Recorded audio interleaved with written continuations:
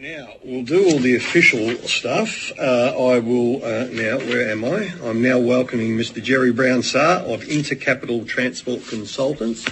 If you could please give your name and the capacity in which you appear. Jerry Brown-Sarre, under the current trading name of Intercapital Consultants, trying to help the industry. I'm a 60-year veteran of this industry.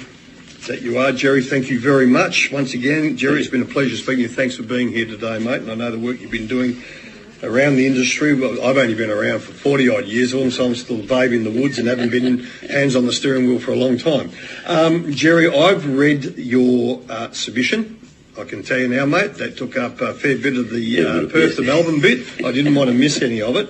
But I also read the last one you sent me last night, and there you did wish to make a statement in there, and I want you to get it on the record. Jerry, you know how it works here. You do your opening statement, you tell us everything you want. One thing I do know about you, Jerry, is you've never been backward in coming forward. I've known that, yeah. Yeah, and you know what? In the trucking industry, I'd be very surprised if I found someone who wasn't. So, Jerry, the floor is yours, please. Okay, I'll just a preamble. Thank you, Senators, for being here today, and thank you, Senator Steele, for your continued interest in this industry. They're most important. Most important. I mean, I've been seeking reform now for 20 years. It cost me a lot of money. It hasn't got me far, but it's cost me a lot of money. But it's the number I want to use. The number is 9,074. That's dead.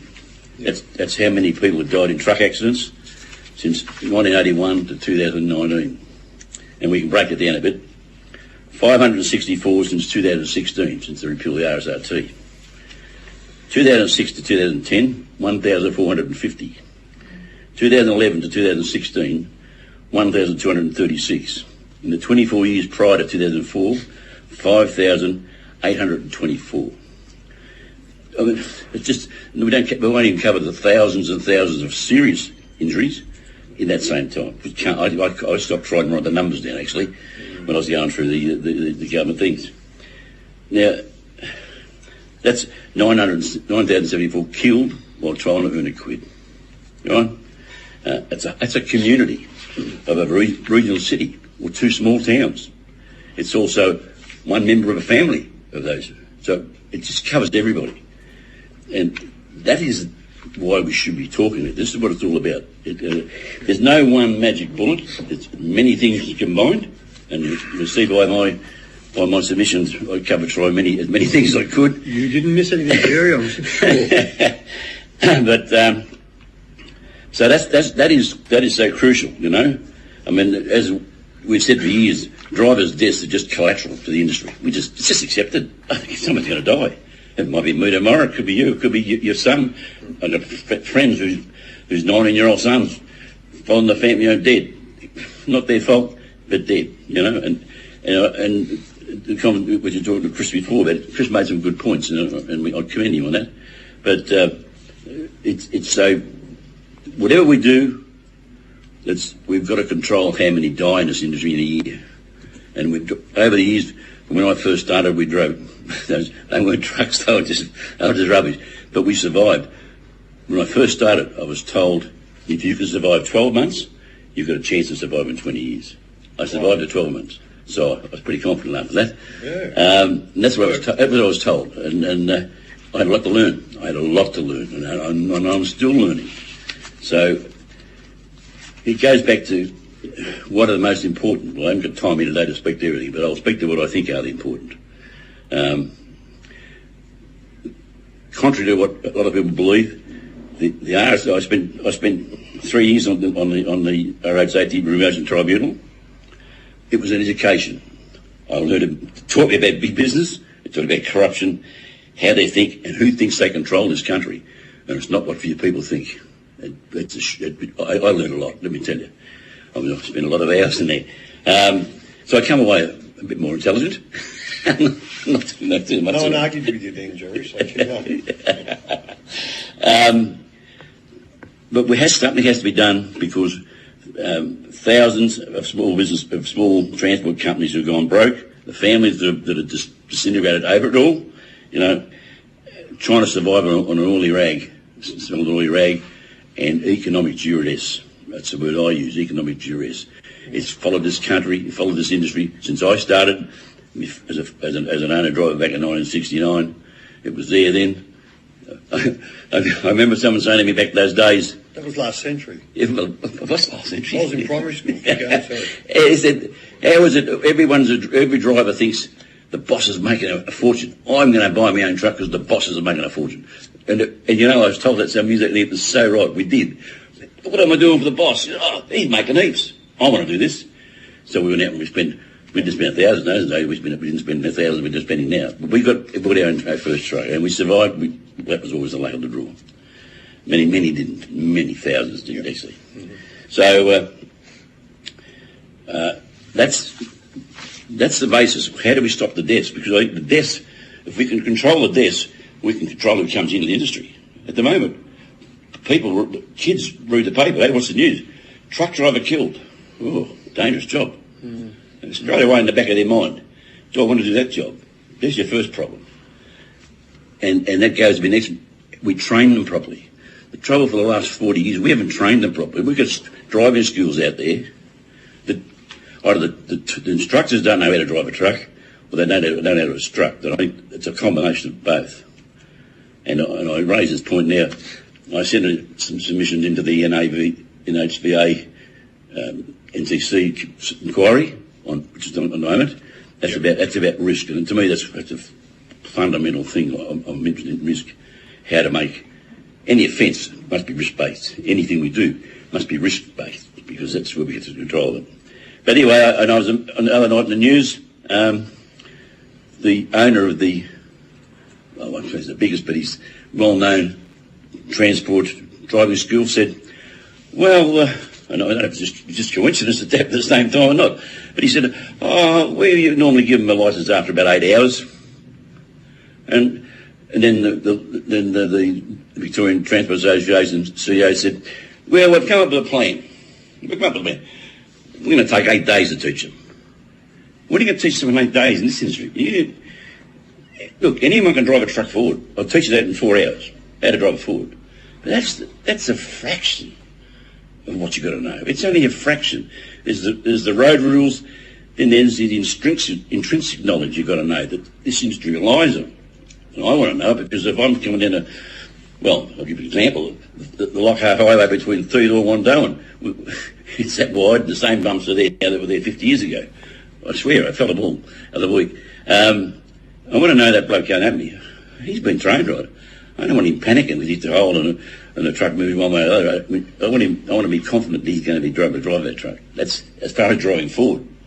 But it's only knowledge. Yes. And we've got to have the trainers. And I'm pretty vocal. We, the industry, need to tell the trainers what we want them to know before you give them that licence. At the moment, they pass a MC test, and some, but I'm only going by the ones that ship now, what they drive, and that frightens you. But they can get that licence today, and straight away move to Darwin on a job. I've got an MC licence. I'll ride or drive that quad trailer setup. The licence says you can. And if you're dumb enough to give him the job, that's what he can be driving. And anyone who's driven multi-trailer combination will tell you there's more to that than driving a boot. A different combination with that, different knowledge required. The same to a single trailer. But I don't know if we've got to test this. I don't know if they're testing if this new 8-day course that Victoria are going to do, what's that about? No one's telling us what they're going to learn. You know? So we, the industry... Sorry, Jerry, can I just go in? 8-day course for MCHC, as on the news, it was stated that's the new... Well, the way I read it was that's the new course for a multi-combination, or anything. We'll give you a licence in 8 days. Okay. That's the way I come across with the news. We don't know.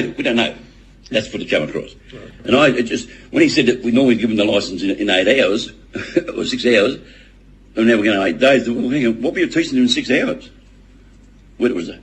Doesn't matter whether you're teaching them in 6 hours is probably the better question. Well, you know, I mean, so we don't know. We're here. All I know is when I've got drivers come to get a job, I learned a long time ago.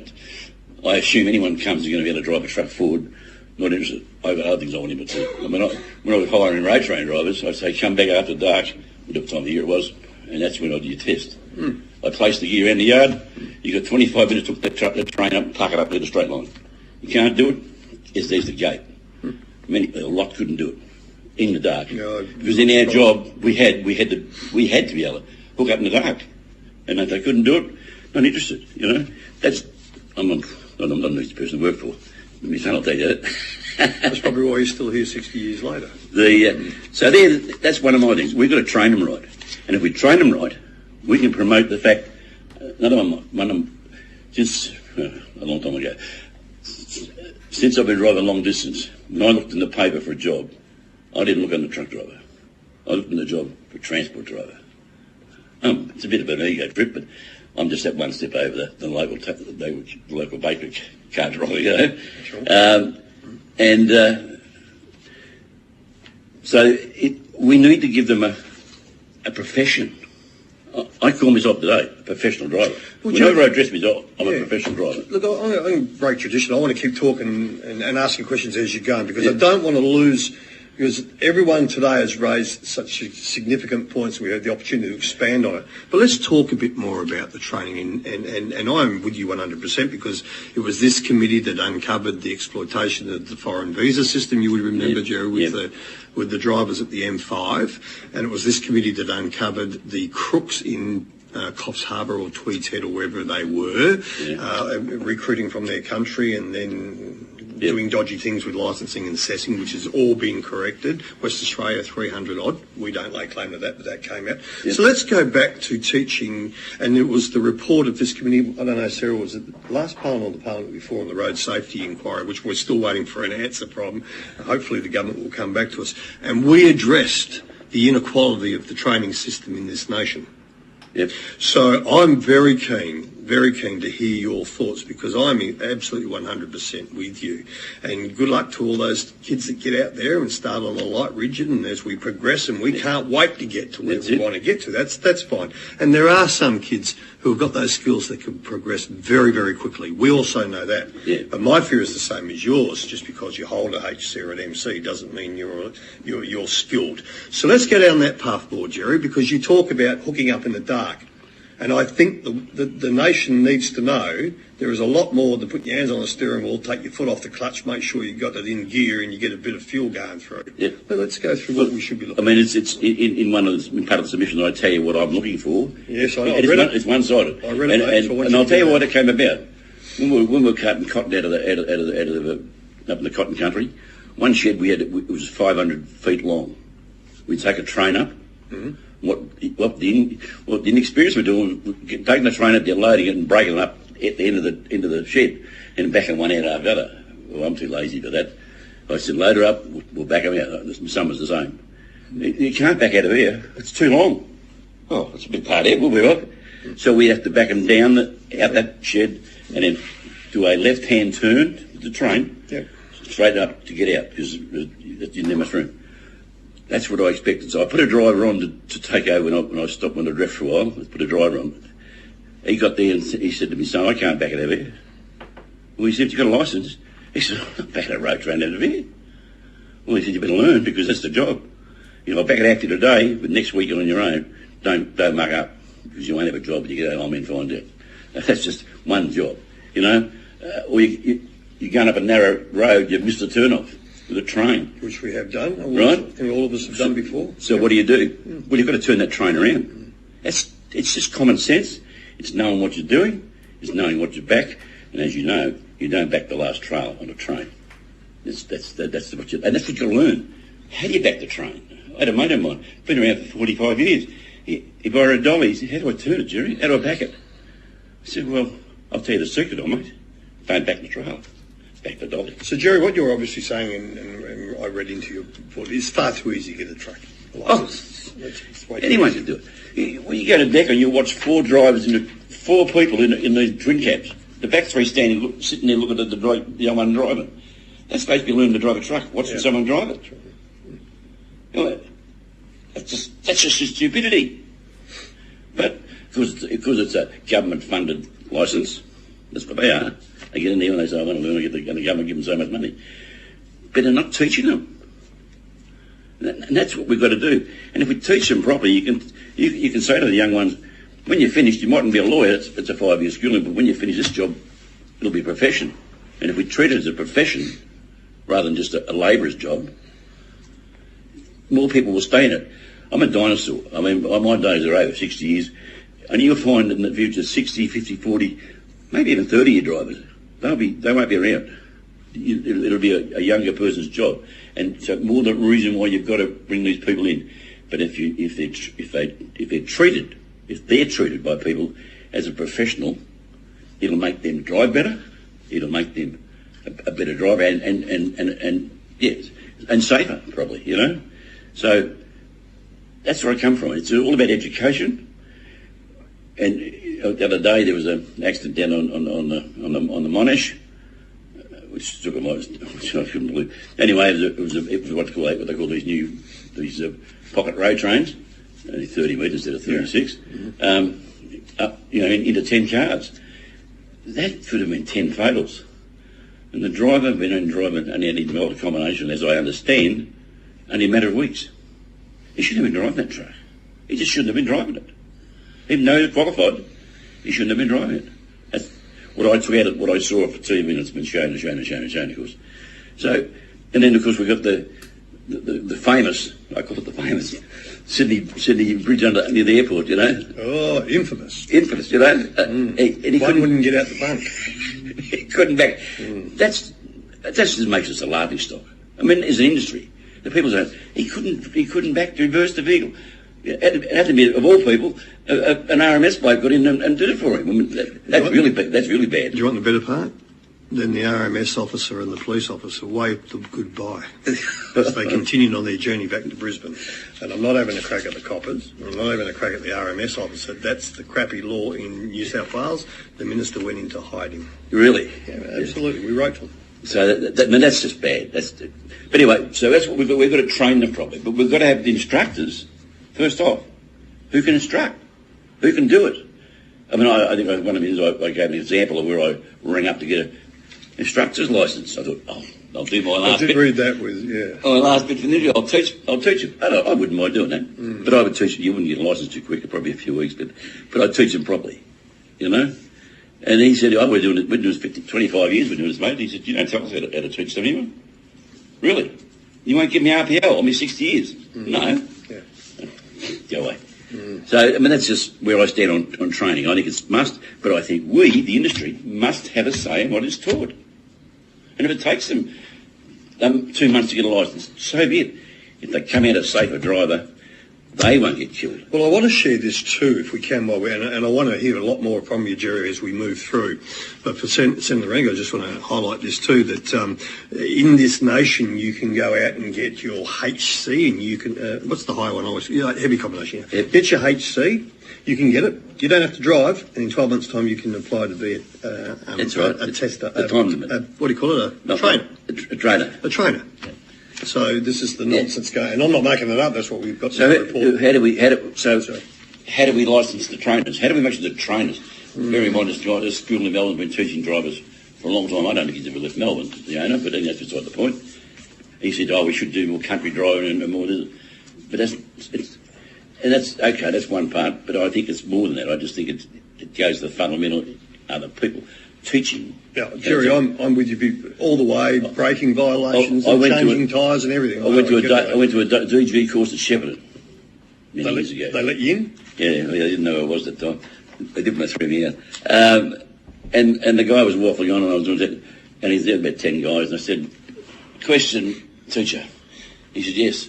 I said, "I just want to know if you would advise me if I'm driving down the road and I blow a steer tyre, what should I do?" Well, what do you think you stand on the brakes? Really? Is this what you're telling these people? You're an idiot. That didn't go down well. But that's what they don't teach them. It's more than driving. It's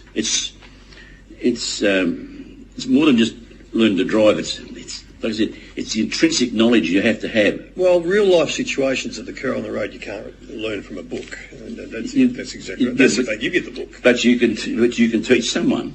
Yeah. I mean, when you've looked at it and breathed it, yes, that's right. No, I'm agreeing with you, Jerry. I'm not disagreeing. Can I move through, mate, because it's just so much I want to get on the record from you.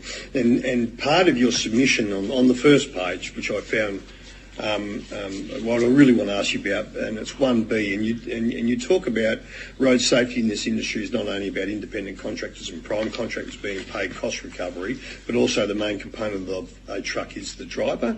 Trucks don't have accidents, drivers do. yes. And then you go on to say, and every wage contract in the industry at this time tempts and compels the long-distance driver to drive in an unsafe manner and put his or hers and other road users' lives at risk. Yes. Can you elaborate that for the community? So we get it on the Hansard, Jerry. It's a two-stage thing. First of all, Sure. the current drivers are not paid the right amount of money. This goes back to a TW industry agreement back in 1989. This is the long-distance drivers of Yes, employment? it's longer. Well, it also applies to local, but they're on hourly rates, so it's different anyway. And to go back to that time, the average, the driver's wage in 1989 for a single trailer was 29 cents a K. Actually, that's what we were paying on refrigeration. Then the B-doubles come in, which was the worst thing ever designed as far as truckies believe that, but it's just shot it. So the first people who had B-doubles said, what are we going to pay them? So they went to the union and said, give them a couple of cents a K, that'll do. So that's what they did. Then the older drivers, and I had a couple work for me, said, but they did that for a fortnight. And said, hang on a minute, we're not going up, and car needs to wait for 2 cents. So they bailed out. So then the business said, well, no, we'll polish the trucks, and we'll shine them up, and we'll say to these younger drivers, come and drive this flash truck Beetle. The younger drivers said, just get a start on a big flash banger. And they came in, and that's where the rot started. From that point on... So this is the cents per kilometre rather than hourly, or...? This is cents per kilometre, yeah. Okay. Yep. So it's based on those figures of the 1989, the modern award has never, ever caught up to what they should have been paid. And I take it back to basic economics. And this affects subcontractors today, the same thing. When you have a single trailer and you put a B-double on it, you add 60% of the payload. Now, you would think that the common thing is, well, I've got 60% more payload, I'm going to get paid 60% more of the weight. No. If you're a subby, you get 30%. Who gets that at 30? Well, the prime contractor has it. That's his work for loading your B-double. Or maybe not. Well, maybe not. Most times we found out. We did some big figures in the RSA. So, and the drivers, of course, they're now compelled to drive these trucks and do the miles required to earn a wage. They're compelled because that's the job they got. If they were paid the money they're entitled to for that 60% extra weight. Well, Jerry, can I simplify it? May I throw this at you? And what was succinctly put to us by Chris earlier before you, and I think O'Brien Transport mentioned it too, that your fatigue is worked on the hours. You're not fined on the kilometres you drive if you break it. So why aren't you paid on the hour? How would you see that? Would you think that the kilometre? Look, sorry, that was a bit fluffy. The kilometre rate, okay, we're seeing there is exploitation from the top down. Transport companies are missing out, and owner drivers are missing out, and drivers are missing out. No paying while you're waiting and all that. Okay, and there can be hours spent and all this sort of stuff. But does not the kilometre rate poison the whole thing? I'm mixed on kilometre rate on hourly rate as far as driving long distance. So line haul we can accept a kilometre. Is that what you're saying? Line haul makes it pretty simple. Well, on line haul, I think the kilometre rate is the way. But if anything's not line haul, you've got to go hourly rate. That's how I used to work it. Yeah. That's how I used to believe. Sorry, I'm ignorant. What's line haul versus... Line haul is point A to point B. While you're on the road. Right. Yeah. Okay. You leave Melbourne, go to Brisbane, Sydney, wherever. That's line haul. But anything other than that, I think has to go. But it doesn't matter whether you're a driver or you're a subcontractor. Yeah. You must be paid for the hours that you are. And is that what you're alluding to in that statement? You must get paid for your unloading and loading. Yep. You know, we've got drivers that finish their trip on Friday afternoon in Shepparton, for instance, and there's a truck show on Saturday. So when they get home, and get out of the truck, and then they're polishing, washing, polishing. Out goes the, well, at least it used to be chrome bright, now it's polished, to get that truck ready for the show. The driver doesn't get the pat in the back. The owner says, my truck's picked up truck of the day. They're not paid for that. They should be paid for that.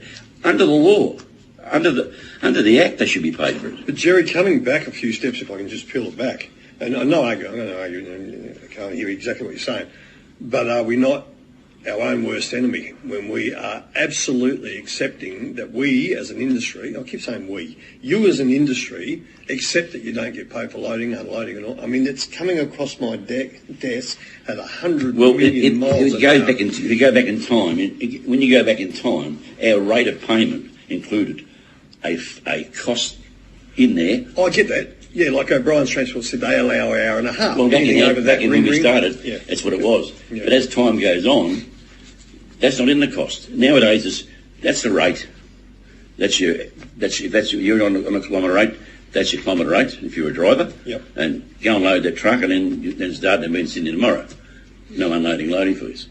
That's against the law now. It's a Fair Work Act. If you're a driver, you've got to be paid. Well, yeah, but who's enforcing the law, Jerry? Well, no one's enforcing it. Sorry, I just thought I might have missed it. Yeah, no, spot on. Please excuse my ignorance. No, spot on. That's right. No one's enforcing it. And you touched on that earlier. Right? But so then you get to go and say, who's going to enforce these new laws? Yes. Well, that's another issue. Who's going to enforce them? Well, let's talk about that. Let's explore that further, because at the moment now, and I joked about the Wild West, everything was legal till you get caught. Well, whereas now what I'm seeing, and I've got so many examples coming through my email all the time now about blatant exploitation, and I'm saying this very loud and clear, there are a number of rogues out there in the transport industry, but by crikey, there's a number of really decent, hard-working men and women who are losing work because the supply chain keeps saying, sharpen your pencil, down, down, down. And so this is, and I'm trying to say as we move forward as an industry, come on, let's lift. Well, at least enforce the minimum standards. Well, on that argument, I take you back 3 years, even though a lot of people don't like it. And I quote you in there the way to solve it. My opinion, how do we solve it? Cost recovery, don't call it safe rates. Cost recovery is a must for any business to survive and operate in a safe manner. And it's as simple as that. Yep. Because if you're not getting the money, you're not spending the money on roadworthy vehicles. Right. And you don't have it. If you don't have it, you can't spend it. And if you don't have it, you can't pay your drivers. Yep. So cost recovery is so crucial. Yes. And we had it in that badly drafted, framed Act. Yep. The Act itself, rename it, insert the alterations I suggested, and you've got a good law to push. And I really mean that. Because it covered everything. It gave us protection. It gave us protection against the supply chain who said, no, I'm not paying that. So at the end of the day, and I learned this in 3 years, it comes back to the supply chain. Not all, but 75% of contracts are forced on the prime contractors, because when you do the big apple, so much to manufacture, so much for sales, there's this little bit there in the middle that says freight. Freight. We'll throw that out there. All you people can find out that little bit of the apple. It's not about road safety. They couldn't care less. We learned that in the RSRT. Well, that's all we can afford. Well, you can afford whatever you have to afford. Take some of your margin away. The only fair one there was, and I think I mentioned it, was the Coles guy, and he said, make your rule, don't make us the bunny, we will follow and we will pay. And his exact words was, it's a fraction of a cent on every item. We don't care. Is that the Coles guy said? Yeah. And that was, I came on an aeroplane from Sydney with him, so we had a good talk. And that's what he said. Whatever you decide, if it's fair, we have no problem. He was the only ones that said it, mind you. But I took that as a genuine grounds to go ahead, because that was right at the start of it, Yeah. And so I say today again that you must have a body, and you can give it the NRVA to do it if they had the people. It must have a body who has the power to say to the supply chain, here is the law. You cut your apple back your way. You don't take it off road transport. They've got to have that part of the apple. And that's a simpler way of putting it, because it comes back to their dump, and I don't care what you say. The reason guys survive today, that's been happening for years and years, is, well, I've got no money for maintenance, but I've got enough for food this week. Hang on, I've got tyres. No, I'll store my tyre bloke for another week before I pay him money. It's about using what you got to pay what you got. And what is left? Well, I'm going to pay my driver. I've got to pay my fuel bill, because if I haven't got fuel, I can't work. So the fuel gets paid first, and then if you've got a driver, you pay him something, whether it's the right money, well, that depends on who you work for. You pay him, he pays what you can. And the Apple, this is weekly, it goes around that, what did I receive for my work? And it's not enough. I think this, Jerry, we need to, the industry itself, you know, as I said, there's far more that unites us than divides this argument, or conversation, not an argument. But I think, and I've had my examples, and Senator Rank, I'll be keen for you to ask, quiz this too, because I'm waiting for the avalanche of we're going to try and put someone out of business because we want to see the appropriate cost recovery to our transport industry, the whole lot. But when Chris Rose says earlier, I used the bananas from Tully to Melbourne, it might be 3 cents each, but they weren't, you know. And then Chris was explaining about the 25 tonne, 250,000 kilos, 1 cent an onion. And I think the industry ourselves, we need to have this. This is what we need to push this forward. We used that argument in RSRT. One of the arguments we used, I had 3 other guys, independent contractors with me. When there was 4 of us, we were on our own. 14 lawyers and us 4 truckers, you know. That's why I got a diploma in law. I couldn't argue for this one diploma. That's what we use. We use that same thing. We said examples. We actually sat out and did how many bottles of Coke on a B double load. Well, let's talk about that then. I don't have the figures. Okay. All right. But that's what we did. We said. It took a bit for a truck ride. You've got to sit and do some figures. So how many bottles of Coke, and if you lift the rate by 5%, it was so many cents per bottle, fractions of cent per bottle of Coke. Sure. And then we went into bulk freight, like 20 tonne of chemical, for instance. Yep. Right. That's how do you do that? Well, that comes then back to the person who's got the bulk freight, who's making the component, to say, well, my bulk freight made 4,000 items, and I've got to get X amount for it. So it's the same thing. It comes back to an item. Jerry, do you still have those workings? Just the examples. I'd have to talk to one of my former associates. Sure. Who did it and see if you still got them. Because if you do, I would request that the committee that you could give it to the committee so we'd have a look. Yeah. Because I'm waiting for the argument to come. Yeah. Sorry, Gordo's just got his hand. Did you? Sorry, we're very informally, Jerry. Yeah, 56,000 bottles of 600 Just bottles. sorry, Gordo. Sorry, Jerry. Stay there. Come and put it in the microphone, mate, because I'll be accused of making it up from someone if they That's don't. about 56,000 bottles of Coke at 600ml bottles on a load. A B double load. So then, let me write that down. Jerry, that rings a bell. 56,000 bottles. It was a lot of bottles. Small bottles, Gordo. 600ml. 600ml bottles of Coke, and that would be a 5% increase. What does that mean? Cents per dollar? We got dollar per bottle. Well, we were looking for. I wasn't prepared. After the question, I wasn't prepared. Jerry, I've read both your mate. It took up to 3 hours of my time, and you missed that bit. Okay. No, look, I'd have to go back and all right, that's do fine. it. But that's the basis we worked on. We worked out to say that if we wanted to increase the rate, for instance, Melbourne to Sydney, we worked out what the rate increase had to be. This is all around cost recovery. It's all around cost. We worked out what it cost. The first thing to do, the very first thing was to work, and that took 2 years, is to work out what does it cost to run a vehicle. Yep. Don't be run a vehicle. Mm-hmm. And when we started out, they had 7 costs. And when we finished, there was 19. It's the true figure. Yeah, right? No. So that all changed over that period of time. Mm-hmm. Once we had a figure even, we could then work out what was the current rate to what we needed.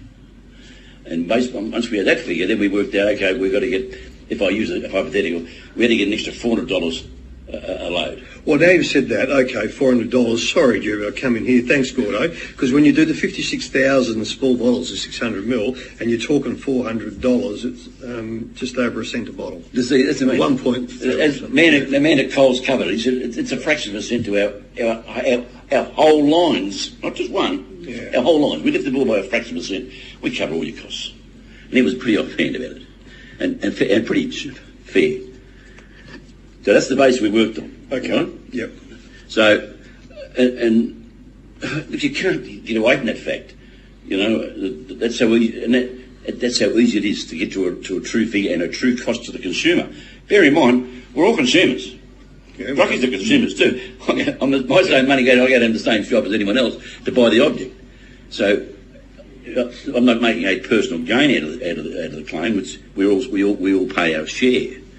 But it's getting the supply chain, people, and you probably know, but when you start getting to who's looking after the supply chain, and you see the anagrams of all the different lobby groups who are looking after them, I mean, I've got a paper somewhere that covers them on that long. Although I must say, Jerry, I share this with those that are listening, when we held the two transport industry standard, the transport industry standard forums, Coles and Woolworths were both in the room, both of them. I think Aldi turned up the first one but couldn't make the second one because they are part of they're 40% of the transport. Yeah, they've got bigger and bigger, yes. You know, and they need to know that, we are talking about the economic employer. It's why I say the way. I don't like to go back to it, but I have to. In those orders of the RSRT, payment time was a law. Waiting time was in there. Unloading time. Yeah. Waiting time, crucial. Right. I mean, you go to Coles and I went to Coles Brisbane, which you go there every week. And I went there one day and said, we got a couple of forkies off, and a couple of forkies broken down. You won't get, it could be tomorrow. This is midnight on a Sunday night. Probably tomorrow sometime it's unloaded. Well, mate, I've got a second trailer at the road there going, yet. I haven't got time. Well, bad luck. Sit around and wait. So next evening, I unloaded the first trailer. I went out for the second one. A day late. My load's in Burke. I can't load it. I'm looking at a $5,000 loss. I said, am I next in line? No, you're down there. Really? Down that line. So you can imagine what happened next, because I just drove in the shed and said, here I am, and unloaded it. She's on, you know. So don't come back again. They've got bad memories, because next week I'll get went there again and I've still got loaded. Next time you should have gone with Jerry Brown-Sarre Plumbing Services. They would have crapped themselves because plumbers don't work for nothing. No, I gave one of my legal. And I do like plumbers, in case I get the Plumbing Association after me. Jerry, I'm sorry, mate, we are getting close to time, and I'm Senator Rennie, did you wish to ask any questions? So what I would do, Jerry, is sorry, mate, but I would like, if there's any other issue you want to throw onto the table now, bearing in mind this is a public document. Yep. And we know where to find you when we want to. I think I've covered everything. There's some important ones in there, and it's for your committee to take a look at. Yep. And I appreciate that. I can't think of it other than reinforcing the fact that cost recovery to me is where it all starts and finishes. Yes, absolutely. And all time involved with that load must be paid for by a supply chain, or inadvertently, by the prime contractor who's hiring you. I mean, he gets it off the. I mean, you work for Tolls now, and he sends you when you go to unload do a Tolls delivery, they give you a special form. So when you get to where you're going, you've got to fill in the time you got there, the time you left.